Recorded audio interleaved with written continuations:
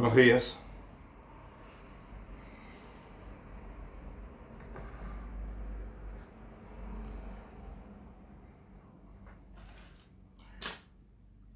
Hoy quisiera hablarte, continuando con los temas parroquiales de la parroquia.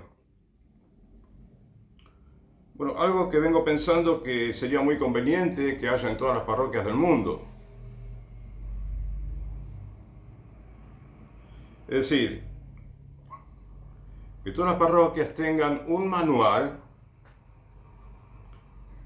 que haya, como digo, un manual en el que esté escrito toda una serie de normativas para la organización de la parroquia respecto de cómo debe estar administrada, es decir, o sea, la organización, la administración,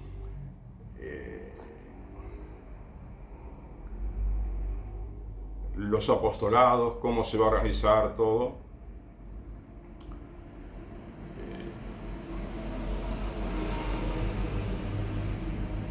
Incluyendo, bueno,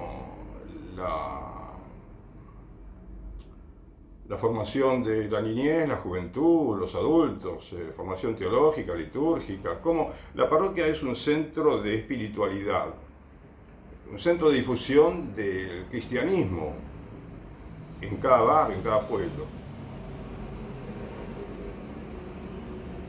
Y después de 2000 años de historia, me parece que es hora de que la parroquia tenga una manera de organizarse que sea perfecta, o por lo menos que sea lógica, que sea la más útil para poder realizar los apostolados, para poder llegar a la gente,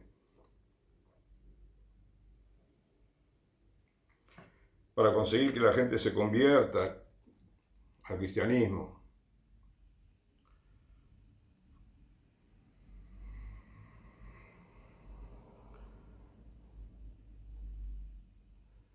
Estuve leyendo algunos libritos de la Acción Católica del siglo pasado y es interesante cómo la Acción Católica tenía miles y miles de niños, de jóvenes, de adultos, hombres, mujeres, en muchas parroquias de Argentina y de otros países, creo que México también. Y no estudié mucho en América, pero hay en Europa también, bueno, España, Italia, era muy fuerte la organización, tenía mucha influencia también benéfica, ¿no?, en la sociedad. Y algo que me gustó fue ver que había ya, apenas se fundó en 1931 en Argentina, ya aparecieron al poco tiempo manuales para la Acción Católica, en los cuales, por ejemplo, uno era para delegado de aspirantes, manual del delegado, y bueno, ahí estaba escrito todo lo que debía tener en cuenta un delegado para poder ejercer bien su función. Y el delegado de aspirantes muchas veces era un jovencito, 20 y pico años, pero bien formado. Porque en la Acción Católica, como te dije, como te digo, está todo bien distribuido por edades, el apostolado está bien organizado. Pero a ver, te estoy hablando de la Acción Católica y no es el tema de hoy. Lo importante es que yo vi que había manuales, ¿sí?, y tengo en mi casa algunos, que hablan sobre los aspirantes, sobre los delegados, sobre los jefes de la Acción Católica, sobre, por ejemplo, para los asesores de la Acción Católica hay temas. Tengo un libro de Canadá sobre el liderazgo que tiene, cómo ejercer su liderazgo los sacerdotes dentro de la Acción Católica y su función de asesores también. Entonces, bueno, ¿por qué entonces, si hay manuales para la Acción Católica, cómo no es más importante todavía que haya un manual para la parroquia como tal? De manera que se organice la parroquia esté bien organizada, bien administrada,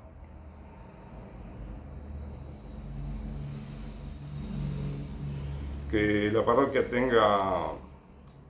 consiga, de manera tal, bueno, que la parroquia consiga fieles cada vez más, cada año, que aumenten los casamientos, que aumenten los bautismos, que crezca la vida, ¿no? De la parroquia, que haya cada día más vida parroquial, más celo apostólico. Muchas veces no sucede tanto así. La renovación parroquial, además, necesita de un marco de grandes reformas dentro de la Iglesia Católica mundial y también dentro del mundo civil, porque las leyes del mundo civil influyen en la Iglesia Católica, para bien o para mal.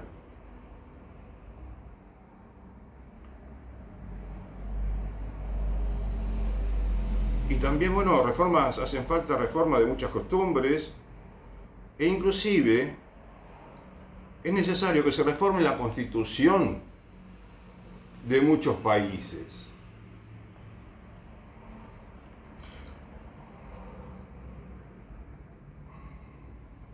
Con esto quiero decirte que la renovación de la parroquia católica no es tan sencillo como podemos imaginar.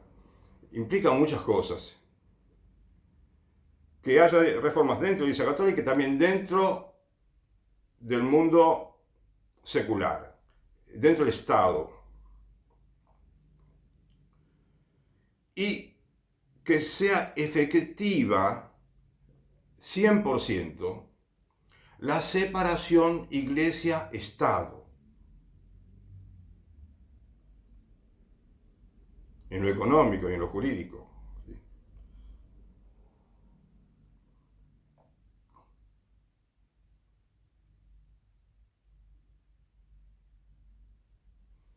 En cada país, la Iglesia y el Estado, si bien tienen que tener una de la otra una absoluta independencia económica,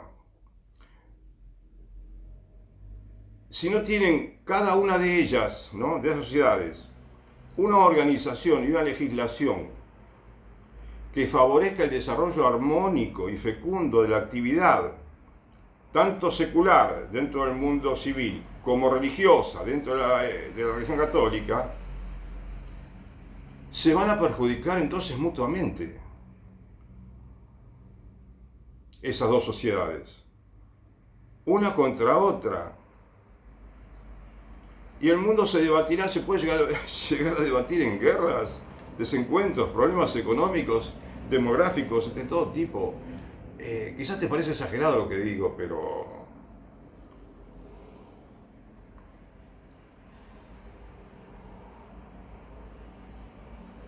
no podemos pensar que la Iglesia Católica en el mundo es una institución opcional, que puede estar o no estar.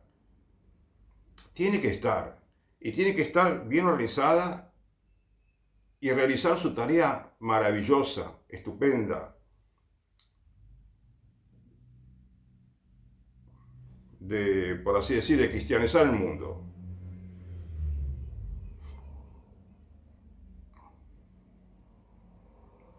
Y los estados tienen que contribuir con la Iglesia Católica, no de manera directa, podemos decir, sino no promulgando leyes que perjudiquen a la Iglesia. Algunas leyes pretenden beneficiarla, pero no benefician nada, la perjudican.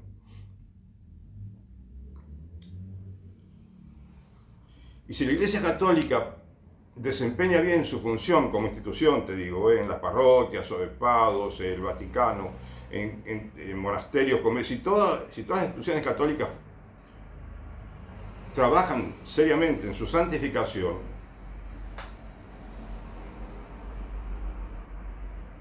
entonces va a poder proveerle al Estado de hombres y mujeres que van a perfeccionar el Estado, van a perfeccionar como funcionarios, como padres de familia, como profesionales, como trabajadores en cualquier área, van a perfeccionar el Estado, van a hacer mejor la democracia de cada país. ¿De qué manera? Por medio de la educación. En las escuelas primarias, secundarias, universitarias.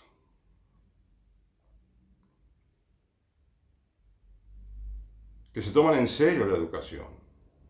¿Sí?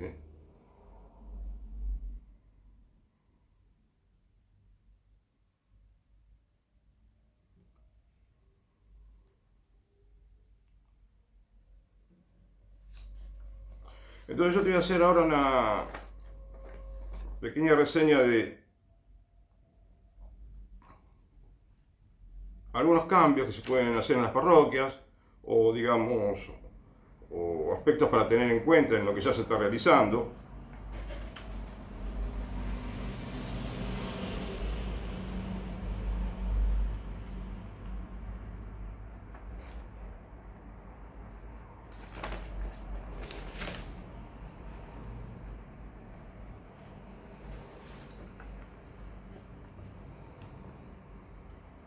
Bien,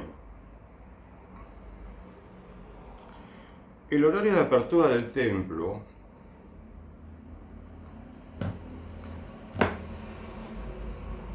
debería ser amplio, ¿no? Lo más amplio posible. Por ejemplo, de 6 a 22 horas estaría bien. Todos los días del año. El Papa Francisco creo que pedía que esté abierto todo el día, las 24 horas. No sé si todos los templos se refirió, pero se quejaba de que a veces cierran los templos, están cerrados.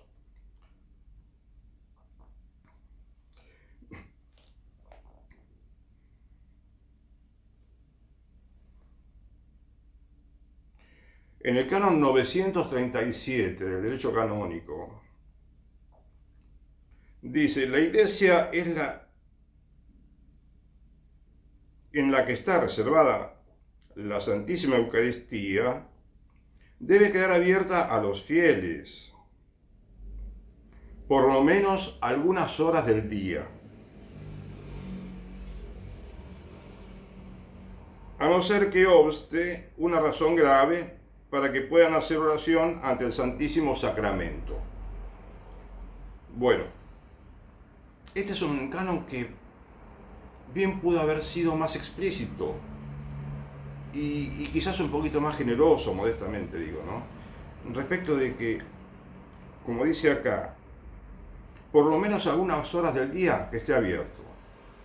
Creo que se refiere a todos los templos de las parroquias. Acá dice la iglesia en la que está reservada. Bueno, yo ya comenté una vez que no deberíamos decirle la iglesia, sino la parroquia, el templo.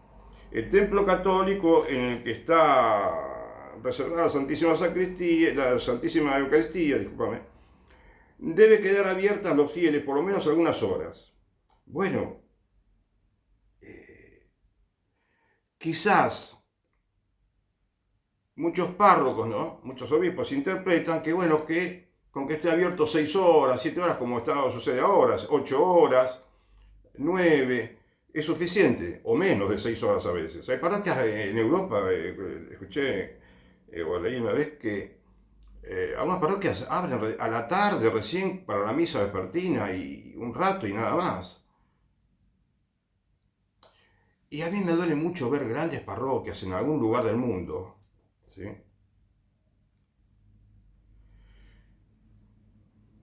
Pero muy grandes, ¿no? Templos muy grandes, digo.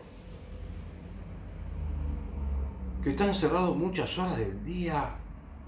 Son templos extraordinarios, están llenos de imágenes, de arte. Y tienen un aire espiritual muy bueno. Es bueno estar allí, rezar. ¿Para qué tiene que estar abierto? Para que la gente vaya a rezar frente al Santísimo. Porque es una parte fundamental de la vida cristiana. La visita al Santísimo. Jesús quiere ser visitado en el sagrario. Porque allí está verdadera, real y sustancialmente la presencia de Dios.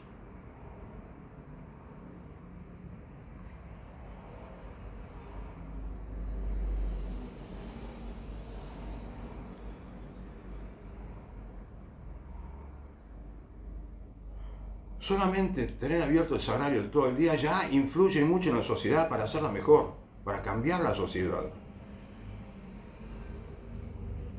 Los templos tendrían que estar abiertos todo el santo día, me parece. A las 6 de la mañana no es muy temprano, mucha gente se levanta a las 6 de la mañana. Y si no, igual es importante porque cada momento del día es bueno para mucha gente. Y hay gente que no puede ir a tal hora, a tal otra, por muchísimos motivos, por todos los motivos del mundo. Tendrían que estar abiertos, como digo, de 6 a 22 horas como mínimo, me parece. Después sí pueden poner excusas, que porque pueden robar, que por esto, bueno, por lo otro, pero no, todo se puede solucionar. Hay parroquias que están abiertas todo el día y no roban nada. Todo el santo día están abiertas.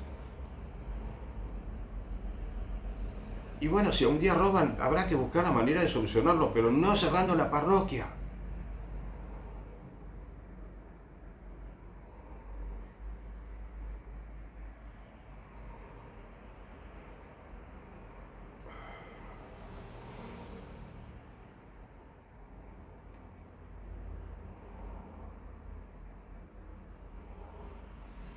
Ojalá que tengamos los templos abiertos todo el día, todos los templos.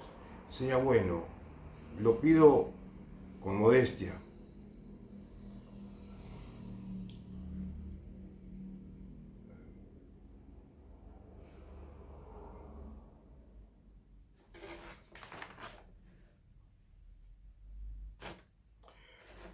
La ubicación del sagrario.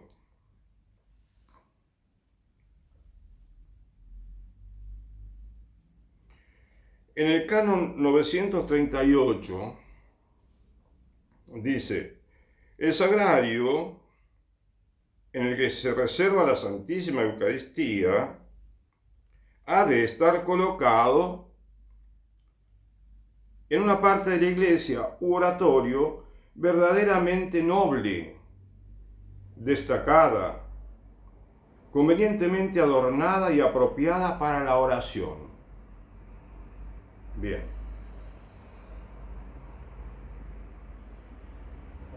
Ha de estar colocado en una parte de la iglesia u oratorio verdaderamente noble. Está bien, ¿no?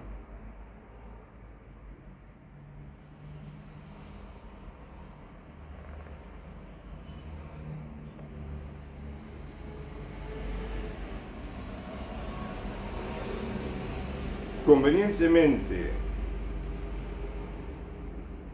adornada y apropiada para la oración. Muy bien.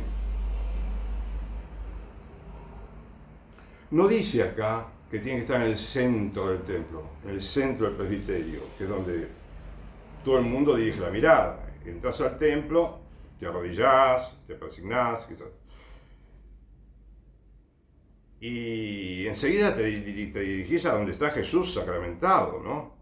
Jesús, como diría, las sagradas especies, como dice, donde está esa hostia que contiene a Jesús mismo, con su cuerpo, su alma, su sangre y su divinidad.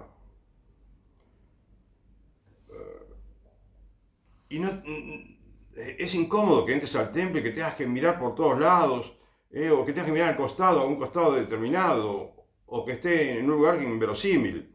No, tiene que estar como antes del Concilio Vaticano II, en los templos, siempre estaba ubicado en el altar mayor, como dicen, algo así, en el centro del templo. ¿Sí? De manera que todo el mundo cuando, no tenga, por ejemplo, que mirar hacia la izquierda o hacia la derecha para buscar, para rezar, ¿no? Sí, para rezar frente al Santísimo, sino que todos miren al centro del templo, porque Jesús es el centro de todo. Y por allí decían unas normas, decían que donde está el sagrario no puede estar el asiento del sacerdote, como será la misa.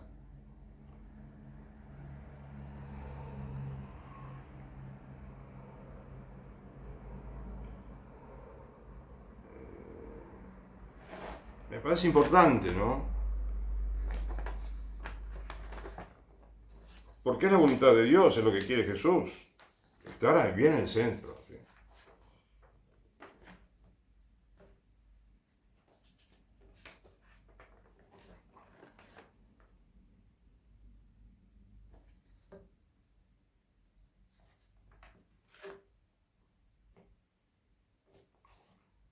El ministerio de lector en la misa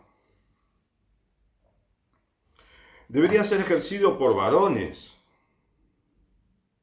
Lo mismo, bueno, que el ministerio del acolitado, ¿eh?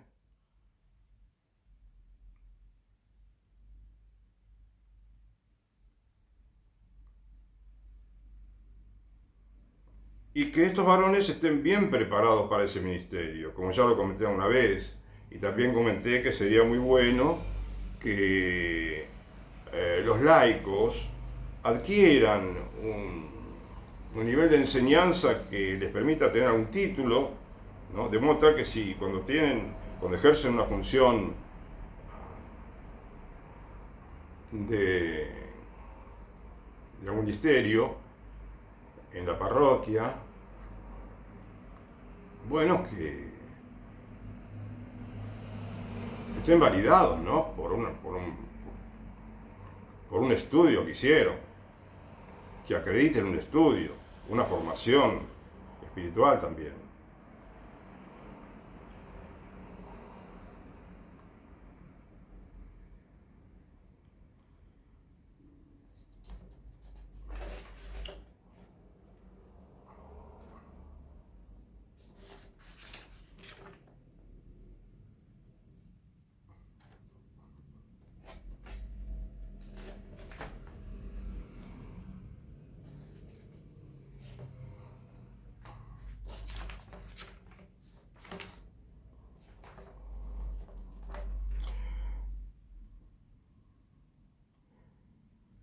Es importante también que en el templo vuelvan a haber comulgatorios.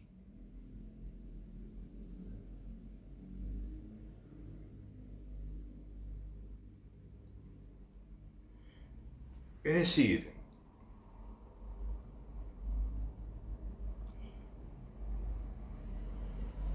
esa especie de pilarcito que cubre, que está en el borde del altar, ¿sí? En el del presbiterio, en el cual los laicos pueden, los fieles, sí, pueden arrodillarse para recibir la comunión de rodillas y en la boca, como es lo correspondiente, como es lo que corresponde. No es que sea obligatorio, porque si uno no puede, comulga parado y no hay ningún problema, ¿de acuerdo? Pero... Ay, qué bacano. Este...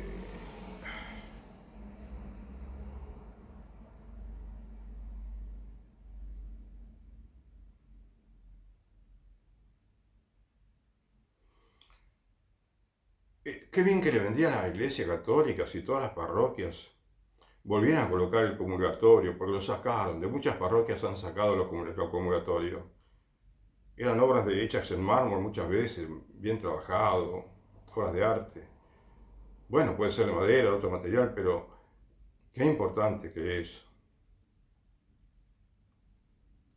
Tenemos que volver, me parece a mí, a darle importancia a lo espiritual, a tomarlo más en serio.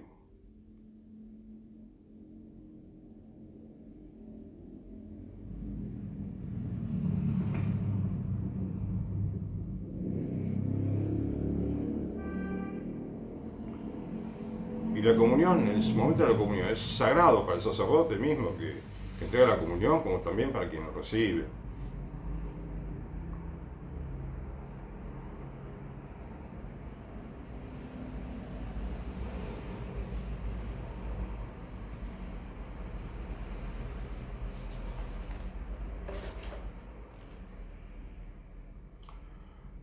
El horario para las confesiones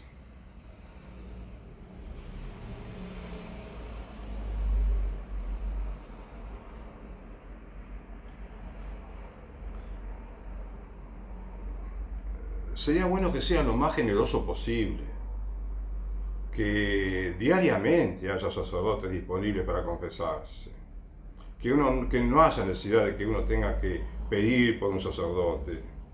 Parece una pavada, pero no es tan así, creo. Es bueno que el sacerdote esté allí, esperando que el fiel se vaya a confesar.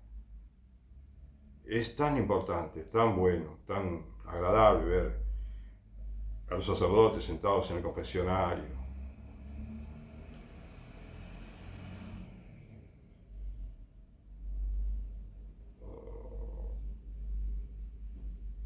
Algunas parroquias tienen un horario de confesiones que es solamente de media hora y no todos los días.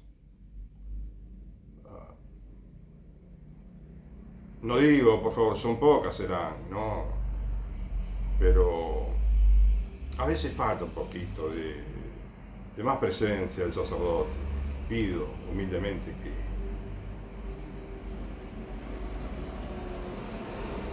se haga lo posible, ¿no?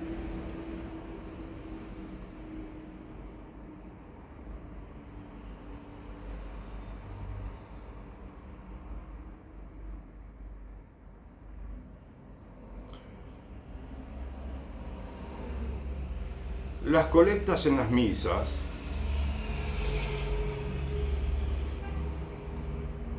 las contribuciones que colocan lo que dicen el cepillo, como dicen en España, o en la canastita, ¿no?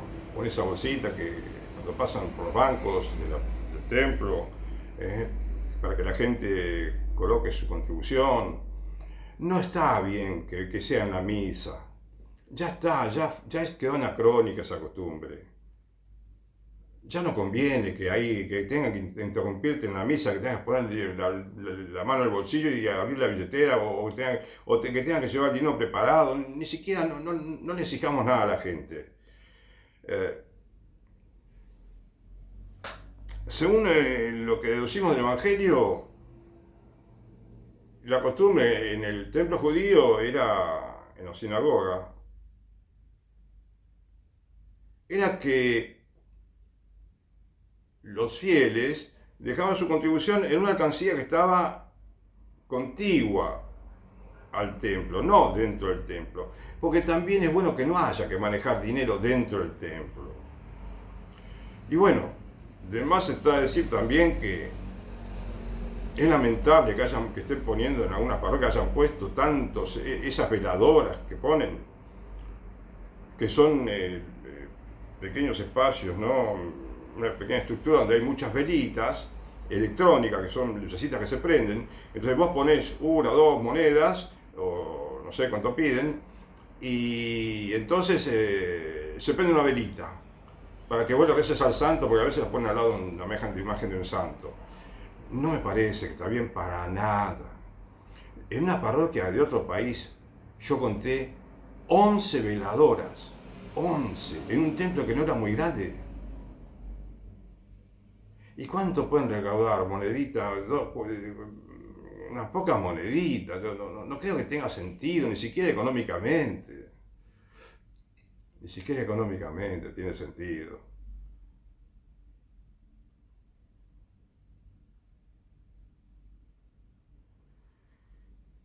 Entonces, tendría que haber una alcancía, me parece, grande, ¿no? Donde la gente coloca allí su contribución semanal, mensual, ¿sí?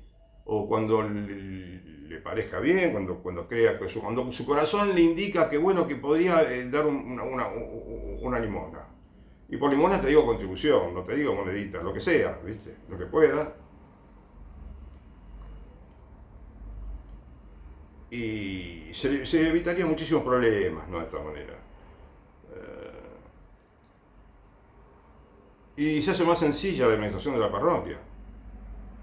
Vos podrías decirme, bueno, pero ahora se hacen colectas imperadas, es decir, una colecta que se hace, además de la colecta que se hace los domingos, por ejemplo, la del día, se hace otra colecta más también, bueno, porque esa colecta sería para quizás mantener el seminario o para la organización Cáritas.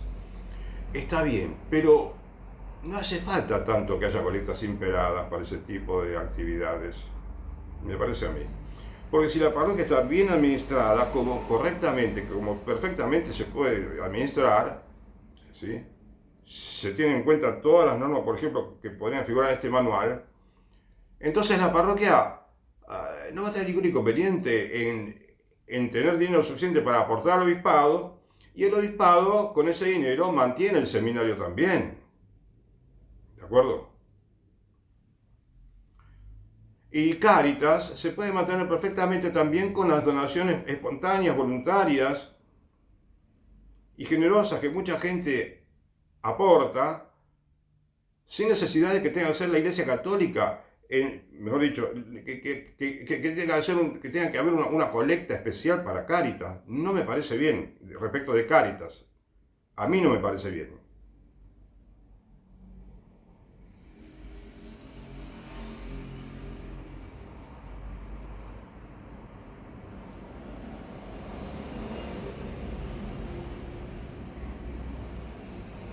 Y si alguien va a la secretaría y pide un favor, ¿no? Un certificado de bautismo, certificado de matrimonio, ¿sí? Y algunos de los varios trámites que se realizan, bueno, por supuesto que la secretaría no deberían decirle nada, que si puede colaborar, ni siquiera darle un sobrecito para colaborar, no. Si la persona que va, hombre, mujer, quien sea, va a la parroquia y pide tal trámite a la secretaría, bueno, él mismo se va a dar cuenta si quiere retribuir, si lo atendieron bien, si sabe que tuvieron que molestarse, pero no digo que tenga la obligación porque no debería tenerla.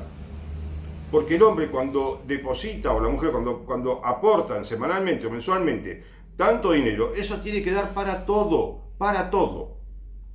Mira, a mí me parece que si la parroquia trabaja bien y la gente responde, por supuesto bien, porque la gente responde a cómo trabaja la parroquia también, ¿sí? Y la gente responde bien, como es de esperar y es seguro que va a suceder, entonces no debería haber que pagar ni aportar siquiera, ni siquiera aportar voluntariamente nada por los trámites de secretaría, porque todo estaría cubierto. Todo está cubierto por los aportes semanales o mensuales o habituales que entrega cada católico.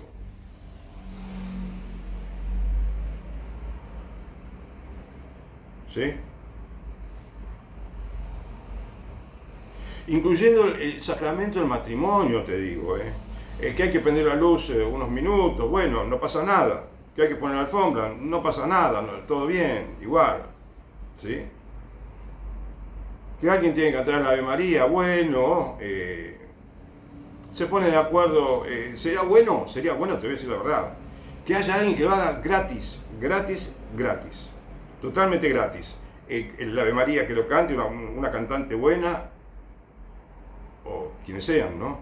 El coro, y que le pague la parroquia en todo caso, o que lo hagan, mejor todavía, que lo hagan ad honorem.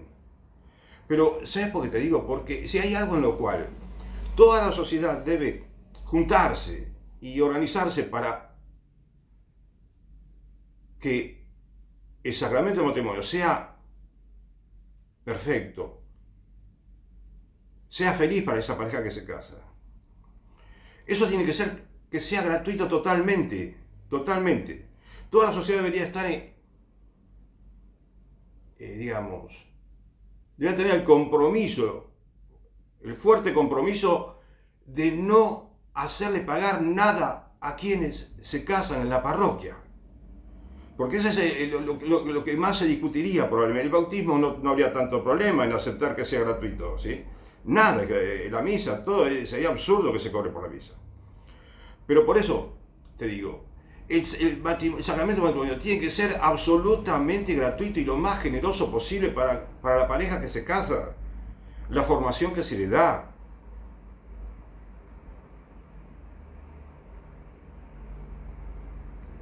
Que es lo que llaman curso prematrimonial. Bueno, tendría que haber gente, ¿sí?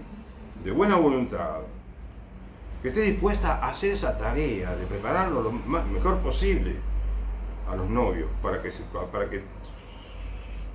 casen bien preparados.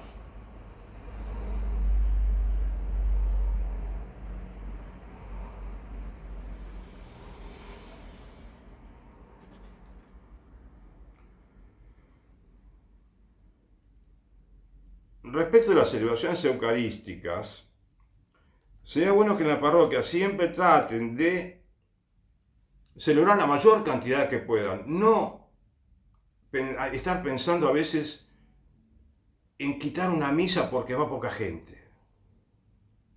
Lo digo con todo respeto, por favor, por el clero. En algunas ocasiones sacaron misa de la mañana, por ejemplo, y no era necesario. Me parece a mí.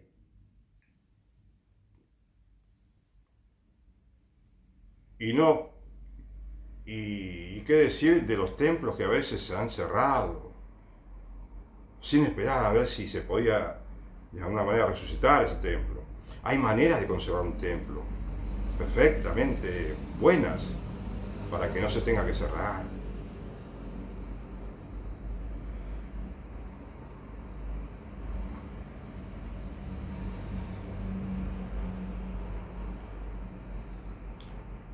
Porque te digo modestamente que la misa y la confesión son lo principal en la parroquia. Todo es principal, pero la misa y la confesión son lo que, lo más frecuente, lo más importante también.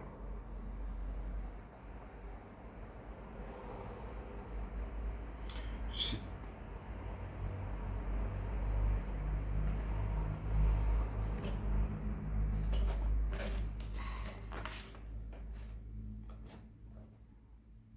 La publicación periódica de los informes parroquiales. Es importante también que haya informes habituales, ¿no? Lo más frecuentes posible de cuáles son los ingresos y los gastos que se realizan en la parroquia.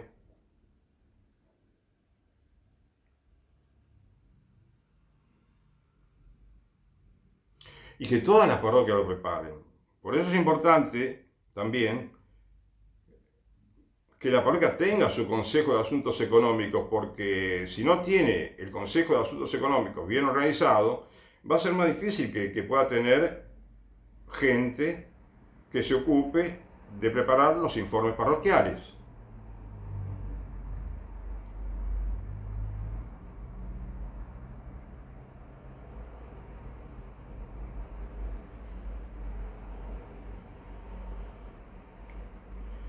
Y también, si tenemos la maravilla del Internet en el mundo, deberíamos aprovecharla todos los católicos, todas las parroquias.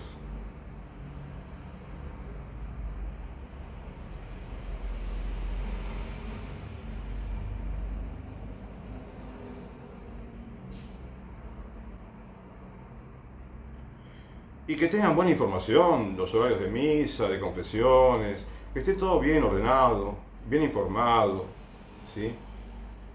Respecto a la celebración de los sacramentos, el bautismo, el matrimonio, las actividades parroquiales. Siempre, en todos los barrios hay gente dispuesta a realizar esa tarea con generosidad, con amor.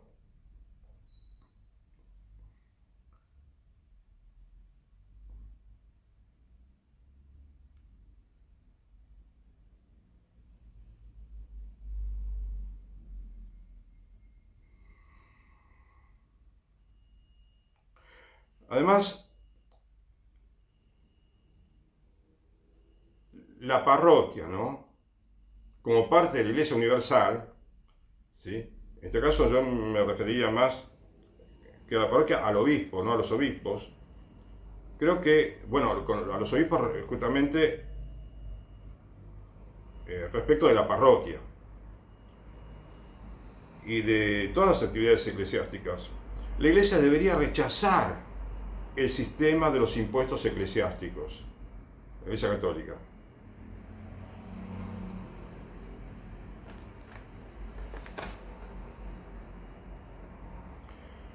El sistema de impuestos eclesiásticos está vigente en Europa, principalmente, ¿sí? En unos 13 países. Y ha traído algunas consecuencias muy malas, ¿sí? Porque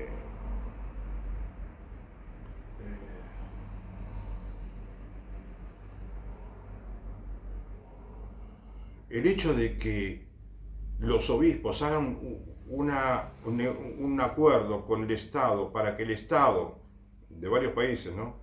De diferentes países, para que el Estado recaude una partecita de los impuestos de quienes deciden aportar para la parroquia, para la iglesia, es un lío tremendo lo que se forma.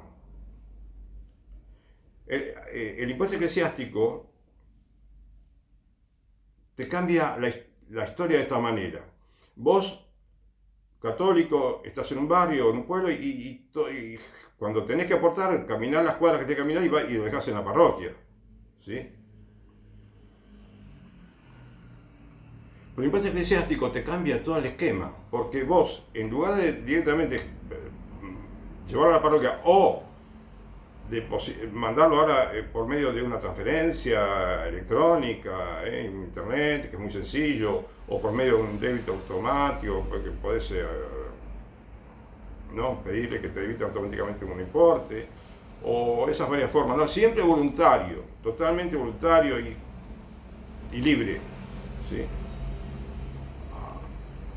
Esa forma te la cambian en Europa, porque te proponen que vos permitas que el Estado te descuente un poquito de impuestos, y entonces eso va a los obispos juntan todo el dinero de los fieles de un país, que depositan de esa manera. En España son 300 millones de euros aproximadamente, en Alemania mucho más también, en Italia también mucho dinero. Y bueno, y ese dinero después se reparte a las parroquias según lo que explican, ¿no?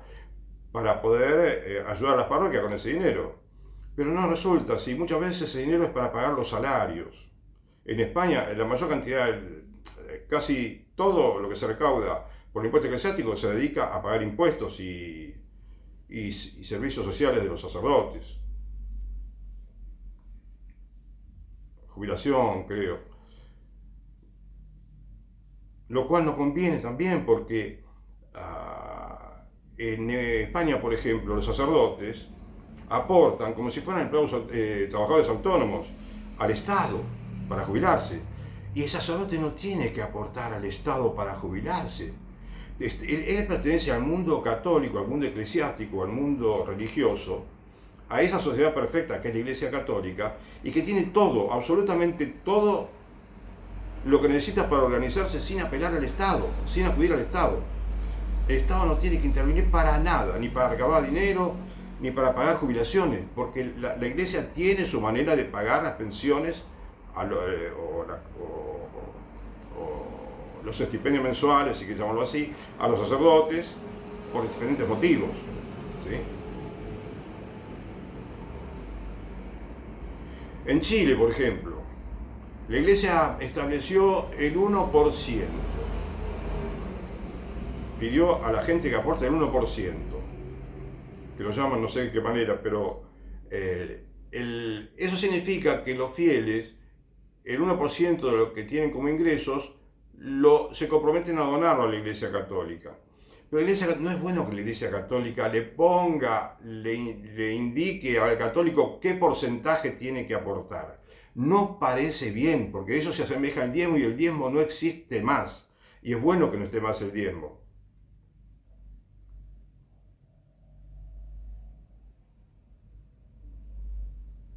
Claro que en Chile es voluntario, sí, bueno, y también en Europa es voluntario, excepto en Alemania, que te obligan a aportar, si sos católico bautizado. Te obligan a aportar el impuesto eclesiástico. Y por ese motivo, no sé, como 200.000 fieles por año se borran de la Iglesia Católica, apostatan. Porque para no pagar. Quizás no es lo más correcto, pero hay que digamos, corregir esa situación. ¿Sí? No pueden obligar a la gente a entregar una parte de sus impuestos. Entonces, bueno, eso con respecto al impuesto eclesiástico, te decía que bueno, fíjate, a medida que se van, digamos, solucionando todos estos problemas que se producen en unos países y no en otros, la parroquia católica va a tener la misma situación en todos los países, que no está complicada por el impuesto eclesiástico, ni por la falta de pago de impuestos. Entonces todos pagan sus impuestos, todos se administran con su dinero, todos tienen su informe parroquial, etc. Y todo eso se va reordenando la parroquia y va empezando a producir vocaciones sacerdotales, va a atraer muchos fieles, va a mejorar la vida parroquial. Y puede tener niños, muchos jóvenes, muchos adultos. Mucha más vida, más trabajo y más vida.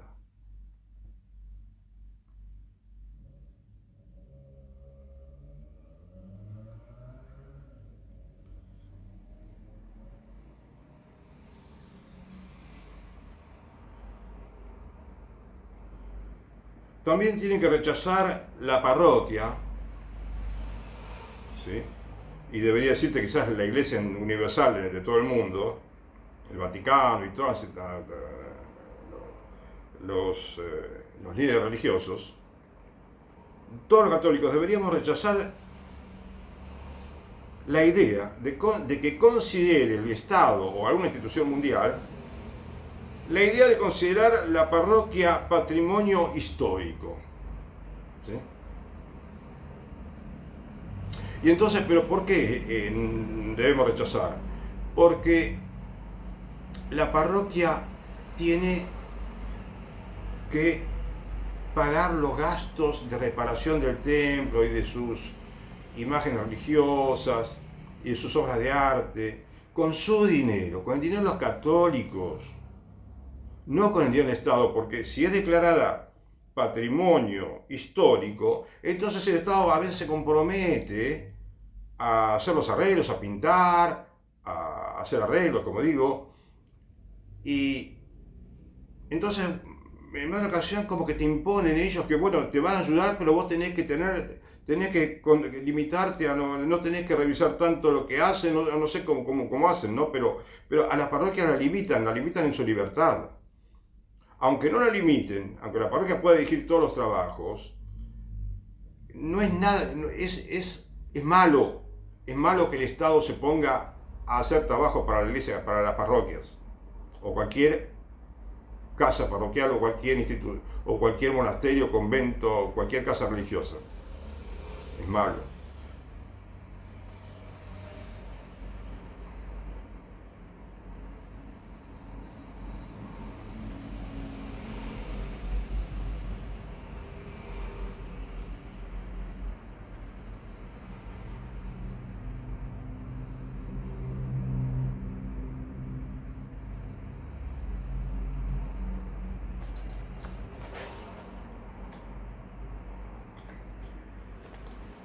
Bueno, como ya comenté en otras ocasiones, ¿no?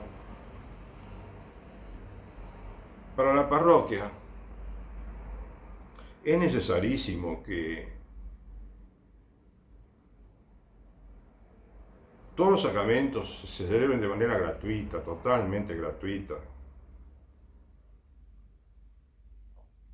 Y todos los trámites de secretaría, todo, absolutamente todo,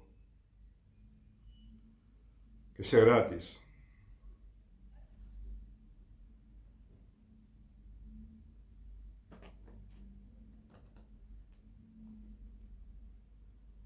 Bueno, si se realizan eventos, por ejemplo,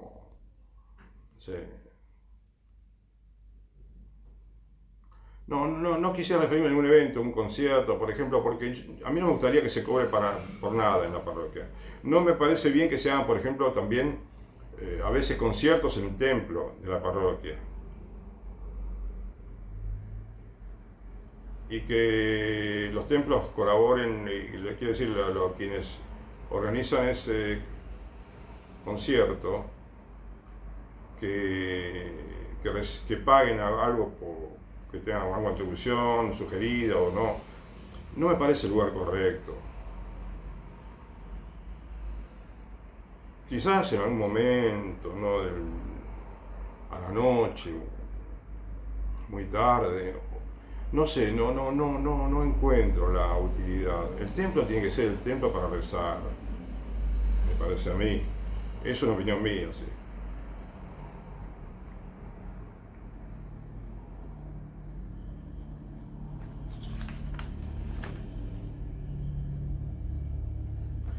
Las intenciones de la misa también son gratuitas, como ya lo he dicho. Todo es gratuito, no se pide ni se sugiere nada. No se trata también de que en la Secretaría vayan 100 personas a pedir intenciones, no, por una misa. No se, de hecho, creo que no se va a producir así eso, ¿no? Son un número que no puede ser, no tiene que ser, no sé, por lo menos una persona por la cual se reza, pero no un máximo, bueno, un máximo, ¿no es cierto?, razonable, para que no se pase un rato largo el padre hablando, ¿no?, de las intenciones en la misa.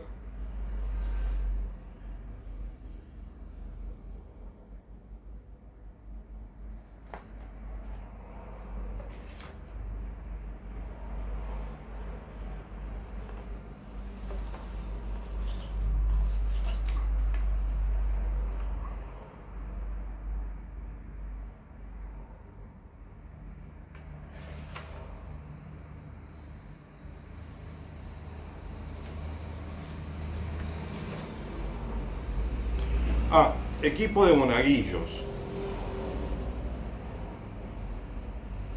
Desde hace muchos años, ¿cómo puedo decir? Antes del concilio ya había una costumbre en la parroquia de que muchas parroquias tenían monaguillos, ornamentados bien, como monaguillos, que ayudan al padre en la misa. Varones, por supuesto, solamente varones. Y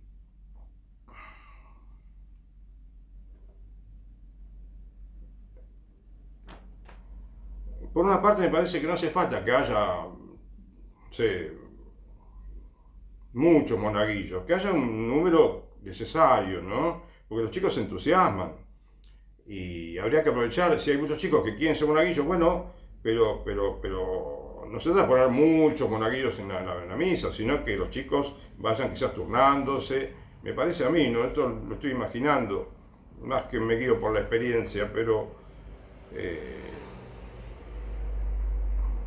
los monaguillos son importantísimos, que haya monaguillos. Y que el monaguillo tenga una formación, una buena formación católica.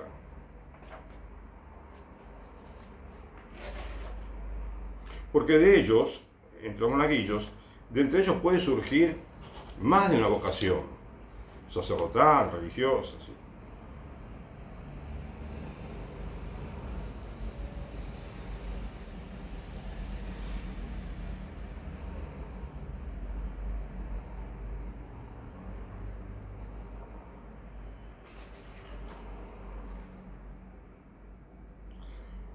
La parroquia,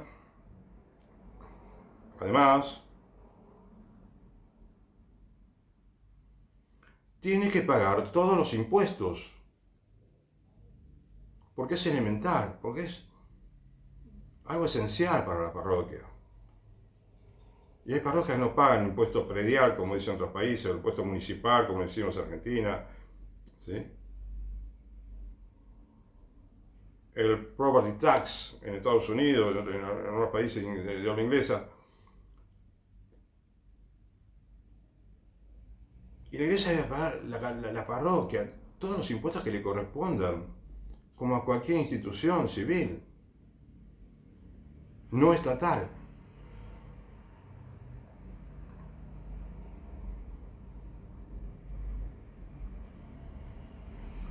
¿Te das cuenta cómo de esta manera, si todas las parroquias cumplen con sus deberes cívicos, ¿sí?, y no tienen, digamos, irregularidades, ¿sí?, por ejemplo, que tienen el templo cerrado muchas horas del día, que bueno, y con lo que fuimos comentando aquí, de esta manera, inclusive, bueno, este manual en todas las parroquias lo tendrían, donde está figura todo esto, y se podría enriquecer enormemente, en el sentido de que podría haber inclusive, así como yo dije que tendría que haber informes parroquiales, podría haber voluntariamente, ¿no?, las diócesis, una vez que la parroquia está bien organizada, que tiene mucha gente, y hay gente para todo, en realidad, para todo lo bueno que se puede hacer en la parroquia, Bueno, seguro que surge gente que podría preparar un boletín nacional para todo el país sobre noticias de diócesis y de parroquias. Y al tener la parroquia más actividad, adquiere más experiencia en muchos temas y puede intercambiar sus experiencias en las parroquias del mundo, dentro de un país y en el mundo, como ahora, porque es tan sencillo interconectarse por medio de Internet.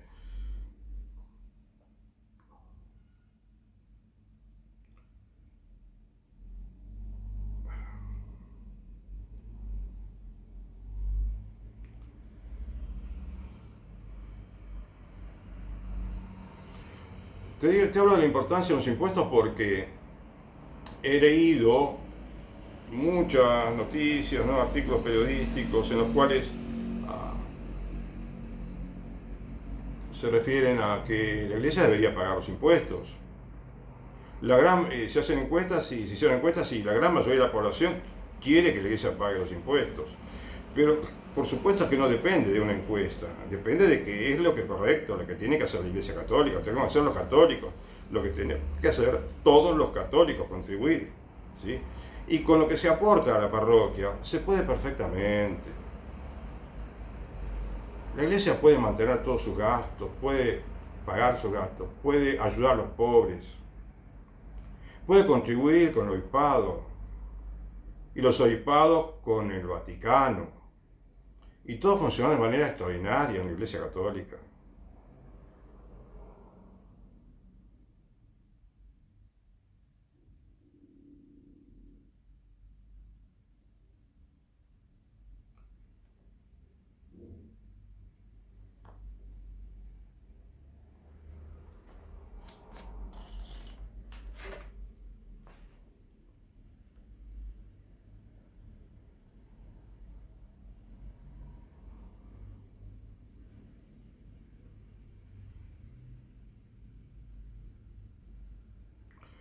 Bueno, respecto también de los ministros de la Eucaristía,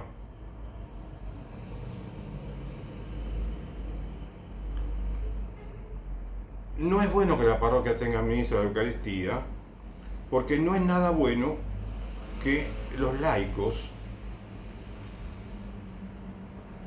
puedan entregar la comunión.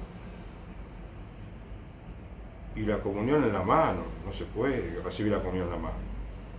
Ni la comunión en la mano, ni la comunión entregada por laicos. Las únicas manos consagradas para entregar la comunión son las del sacerdote, que están consagrados especialmente para esa tarea. Tienen las manos consagradas, lo cual no lo tienen los laicos.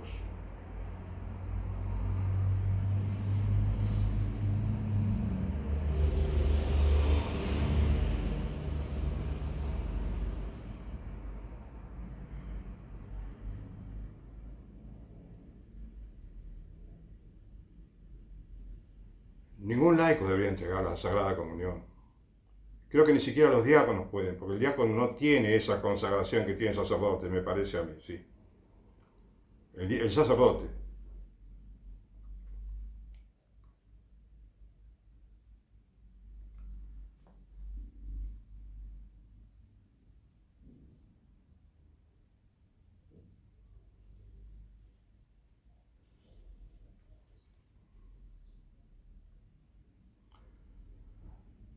La entrada a los templos, vos te imaginás que es gratuita, ¿no? Ves los templos católicos, está abierto, puedes entrar, no te vas a imaginar que te van a cobrar para entrar. Pero en Europa hay muchos lugares que sí están cobrando las catedrales. Muchas catedrales están cobrando dinero a cualquiera que quiera entrar, inclusive los fieles del barrio. En algunos lugares no le cobran, pero no sé si le hacen descuento, o sí, pero capaz que no hay, ¿cómo te diría?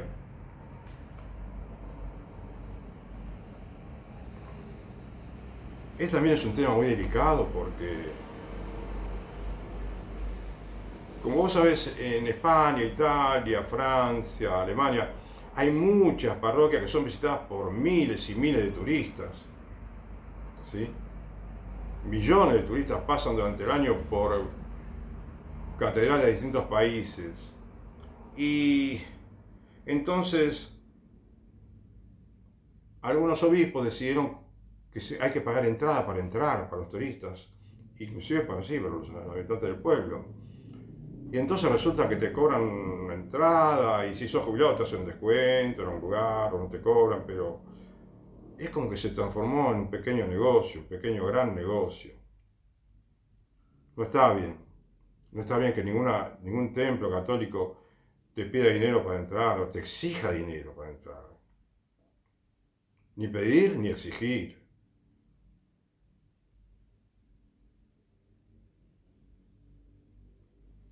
¿Te das cuenta? Si todas las parroquias cumplen con la gratuidad, con respeto a la libertad, con la generosidad de atender, con un corazón grande, de atender a la gente con mucha amabilidad, con mucha disponibilidad, sin pensar en el dinero.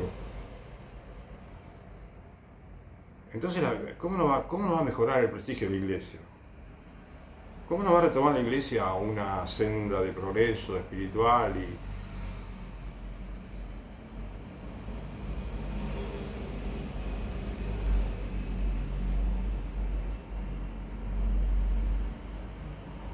y empezar a conquistar el mundo? No es posible que los católicos seamos, no sé si son 1.400 millones o 1.300, pero los protestantes son como 800 millones todavía, después de 500 años de protestantismo. No hemos conseguido que vuelvan ellos al redil de la Iglesia Católica. Y a veces hasta los hemos imitado en sus errores. La Iglesia Católica en algunos lugares se está protestantizando.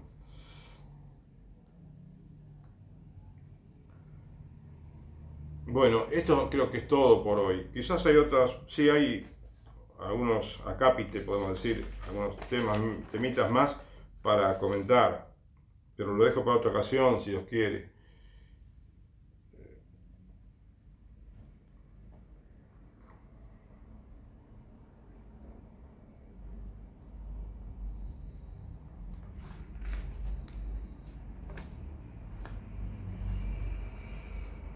Recemos por la Iglesia Católica para que todo esto se pueda cumplir y la Iglesia empiece a